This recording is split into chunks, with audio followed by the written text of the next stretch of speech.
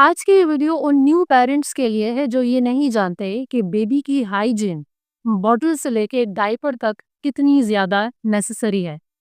मुझे daily behalf पे ये केसेस मिल रहे हैं कि बेबी को 5 to 6 मोशंस हो रहे हैं, बेबी कमज़ोर हो गया है लेकिन उन्हें वजह समझ में नहीं आ रही।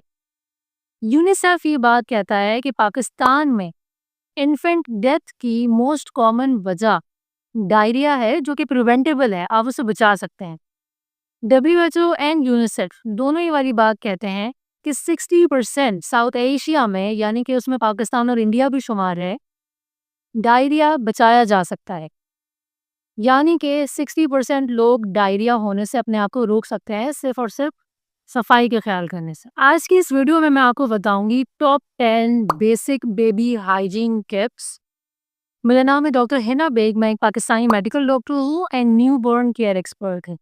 और अगर आप जानना चाहते हैं कि आपके बेबी की ब्रेन ग्रोथ और कॉग्निटिव डेवलपमेंट कौन से टॉयज की मदद से इसके को आप शार्पन कर सकते हैं, तो बराबर में मैंने प्लेलिस्ट मेंशन की हुई है, लाजमी जाके उसे चेक करें। Number 1, bottle sterilization. अगर आपका बेबी न्यू बॉर्न है तो आपको एटलीस्ट 3 बॉटल्स लेनी चाहिए। एक दिन में उसे बॉईल कर लीजिए। 8-8 घंटे के डिफरेंस से आपने बेबी को वो बॉटल देनी है। दूसरी चीज़ है बॉटल वॉशिंग। आप एक बॉटल यूज़ कर रही हैं उस पूरे 8 घंटे के पीरियड में, तो एटलीस्ट आप हर पीक के बाद तो उसे नॉर्मल पानी से वॉश नहीं कर सकती, लेकिन एटलीस्ट आप 4 आवर्स के बाद उस बॉटल को वॉश करिए with the help of brush. Next है बॉटल निपल। बॉटल निपल की वॉशिंग का हमारे यहाँ बिल्कुल भी तसव्वुर नहीं है।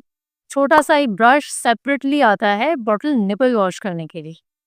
और दूसरी चीज़ जिसका ख्याल बिल्कुल नहीं किया जाता, जब भी बेबी को बॉटल फीड करा के आप, जब वो बीच में अगर वो आप उसको बर्फ भी दे रही हैं यानी डकार भी दिला रही हैं, और अगर आप वो बॉटल बेड के ऊपर ऐसे ही रख रही हैं तो वो भी गलत है। जब भी बेबी के मुंह से निपल आउट होगा, आपने उसको कैप लगा देना है। इस तरीके से बहुत सारे बैक्टीरिया, वायरस उसके मुंह में डायरेक्टली निपल के थ्रू नहीं जा सकते। इस चीज़ का ख्याल बहुत कम लोग करते हैं, लेकिन इससे बहुत ज़्यादा डायरिया बच सकता है। Diaper changing hygiene. सबसे इम्पोर्टेंट बात इसके अंदर ये है कि जब भी आप डायपर चेंज करें बेबी का, हमेशा अपने हाथों को वॉश करें। अगली चीज़ जिसका आपने बहुत ज़्यादा ख्याल करना है कि बच्चे की सफाई करते वक्त हमेशा फ्रंट से बैक जाना होता है। कभी भी बैक से सफाई करते हुए फ्रंट की तरफ नहीं आना होता। इस तरीके से करने से बेबीज़ को यूरिनरी ट्रैक इन्फेक्शंस होने के चांस बहुत बढ़ जाते हैं, स्पेशली गर्ल्स में। नेक्स्ट चीज़ है बच्चों के खिलौने। बेबीज़ के जितने भी टॉयज़ होते हैं जिनको वो मुँह में लेके जाते हैं, ये सब आप वीकली प्लान बनाएँ कि आपने डिटर्जेंट से, कोई हैंड वॉश है, फेस वॉश है, कोई भी ऐसी चीज़ या डिसइंफेक्टेंट आप उसमें डाल के एक दफ़ा लाज़मी उन्हें धोया करें। अगली चीज़ है फ्लोर की सफाई। जहाँ-जहाँ आपका बेबी क्रॉल करता है, वहाँ रोज़ाना पोंछा लगना चाहिए, फ़िनाइल की मदद से या कोई भी डिसइंफेक्टेंट हो। ये वो चीज़ें हैं जिन्हें हमने बहुत ज़्यादा इनका ख्याल करना है। इसी केस में बेबी का डायरिया रुकेगा। बच्चों के यूटेंसिल्स, जो भी बच्चों के घर में खाने वाले बर्तन होते हैं, हमेशा उन्हें बड़ों के बर्तनों से अलग रखा करें। इस तरीके से भी बहुत ज़्यादा हाइजीन मेंटेन रहती है और अच्छे तरीके से उन्हें वॉश किया करें। नेक्स्ट चीज़ है बेबीज़ को नहलाने का रूटीन। जब भी आप बेबीज़ को नहलाएं तो कुछ एरियाज़ को बहुत ज़्यादा फोकस किया करें। सबसे पहले उनका नेवल एरिया यानी कि नाफ। जितने भी स्किन फोल्ड्स होते हैं गर्दन में मौजूद हैं, कोहनी में मौजूद हैं, आपके बेबी के घुटने के पीछे का जो एरिया है, ये तमाम जगहें ऐसी हैं जो मॉइस्ट रहती हैं, जहाँ चीज़ें आगे पीछे की वो सब मट्टी वगैरह जमा हो जाती है जो कि नज़र नहीं आती। तो इन चीज़ों का आपने बहुत ज़्यादा ध्यान रखना है। बेबीज़ के कपड़े, जब भी आप बच्चों के कपड़ों को धोएं तो उन्हें पहले धो लिया करें। अगर वॉशिंग मशीन में धो रहे हैं तो पहले बेबी से कपड़े धो के निकाल लें, उसके बाद दूसरे लोगों के कपड़े धोया करें। इस तरीके से हाइजीन मेंटेन रहती है। अगली चीज़, अगर आप ब्रेस्ट फीडिंग कराते हैं अपने बेबी को, तो हमेशा फीड से पहले अपने ब्रेस्ट निपल को और ब्रेस्ट को साफ किया करें। इससे होगा ये कि बेबी को डायरेक्टली मुंह में वायरसेस और इन्फेक्शंस नहीं जाएंगे।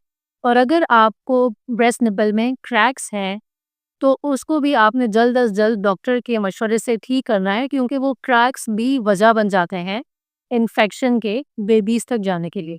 सवाल ये है कि ये तमाम चीज़ें इतनी ज़्यादा ज़रूरी क्यों हैं?